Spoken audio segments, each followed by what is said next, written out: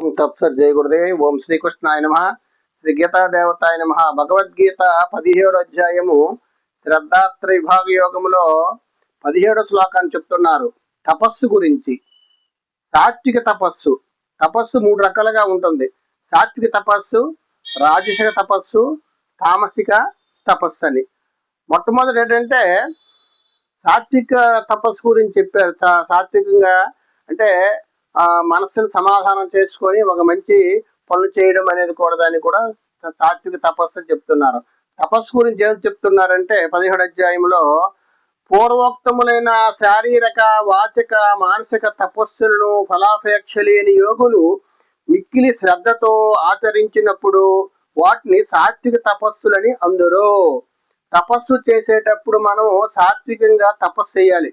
తపస్సు అంటే తపన, భగవంతుని గురించి నిరంతరం కూడా తపస్సు చేయాలి. తపస్సు అంటే దైవనామస్మరణ కానీ, తర్వాత ప్రార్థన కానీ, ఇవన్నీ కూడా తపస్సు కింద వస్తాయి.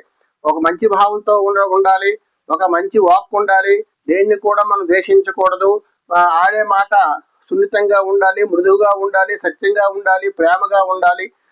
దేవద్విజ గురు ప్రాజ్ఞ దేవతలను, గురువులను, ప్రాజ్ఞులను కూడా వాళ్ళని మనం పూజనీయంగా చూసుకోవాలి. ఏ ప్రాణిని కూడా మనం హింసించకూడదు. ఇవన్నీ కూడా సాత్వికమైనటువంటి తపస్సు. తర్వాత ఏంటంటే మనము దేవతల్ని, పెద్దల్ని గౌరవంగా మనం చూడాలి. ఎందుకంటే వారు అనేక రకాలైన అనుభవాలతో ఉంటారు. పెద్దలు ఆ అనుభవాలే మనకు చెప్తారు. ఆ అనుభవాల్ని మనకి చెప్తున్నప్పుడు వారి మాట మనం వినాలి.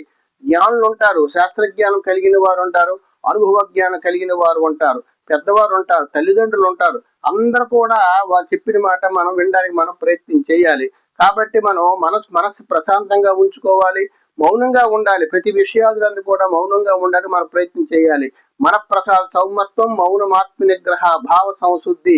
మన భావము శుద్ధంగా ఉండాలి, మన శుద్ధంగా ఉండాలి, బుద్ధి శుద్ధంగా ఉండాలి, తర్వాత ఇంద్రియాలు శుద్ధంగా ఉండాలి. ఇవన్నీ కూడా శుద్ధంగా ఉండాలి. అది మానసిక తపస్సు.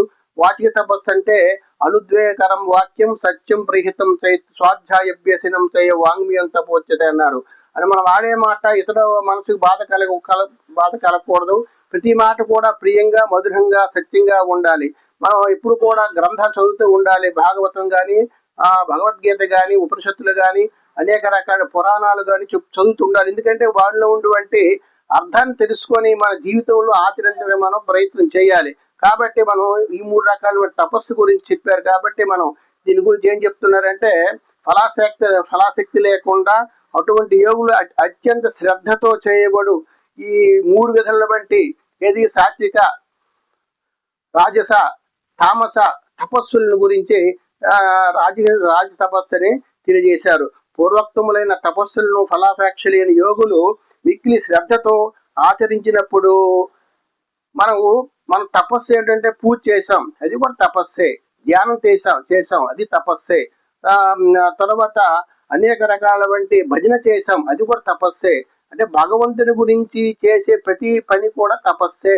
దీని గురించి సాత్విక తపస్సు అని చెప్పారు. ఫలాపేక్ష లేకుండా, దేన్ని ఆశించకుండా, ప్రతి ప్రాణి యందు ప్రేమ, దయ, కరుణ కలిగి ఉండి ఎవరైతే ఉంటారో అటువంటి వాళ్ళు సాత్విక తపస్సు గురించి తెలియజేశారు. హరి ఓం తత్సత్. జయ గురుదేవ్.